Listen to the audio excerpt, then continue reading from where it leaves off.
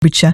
Now, there were strong words in Parliament yesterday about parents who avoid paying child maintenance. Coercion, domestic abuse and ongoing manipulation is the backdrop for the most vulnerable parents who turn to the CMS.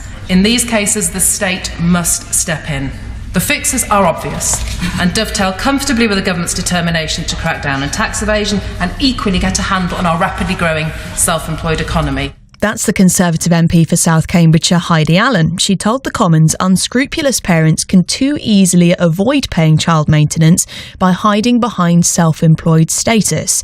She's now introduced draft legislation to give the Child Maintenance Service more powers to investigate. And she joins us now. Morning, Heidi. Hi there, Dottie. So why pick this as an issue to highlight?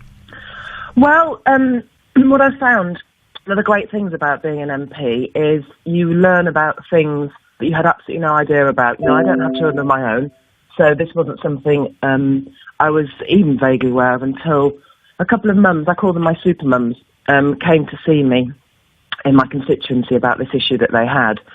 Principally, could I help them unlock their particular cases? But as we talked more, and I said, have you got any other friends like this who kind of have suffered in the same way? We've met regularly, and they've told me about flaws in the system, their years and years of battles trying to get fair child maintenance from their exes.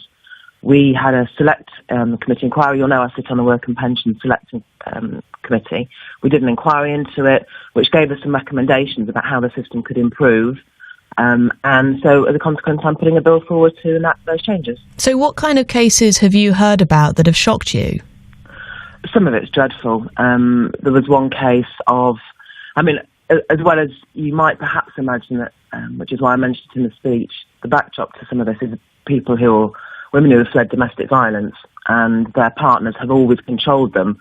And this can be the kind of the last final bit of control that they still exert over them. Will you have your money this week? Won't you have your money this week?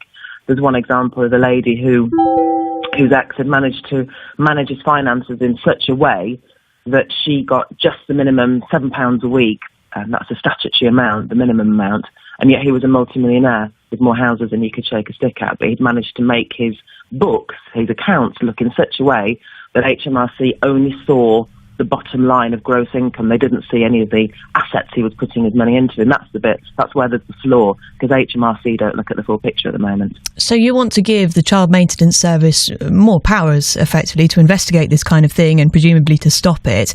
You introduced a bill. What happens now? Well, it's a desperately slow process, but it's a start. Like every piece of legislation, it needs to go through the various stages through the House of Commons and House of Lords. And you'll have heard, I'm sure, of first reading, second reading, third reading, etc. So it's quite a lengthy process. And one of the difficulties with it, when it's a piece of legislation that a backbencher brings forward as opposed to the government themselves, is that the whips have to find time in the parliamentary calendar to slot you in alongside all the government legislation that's coming forward. Now, normally parliaments are 1 year. You think that you have a Queen's speech, that's a 1-year parliament, which means quite often these bills run out of time. There just isn't the time to get all those readings in.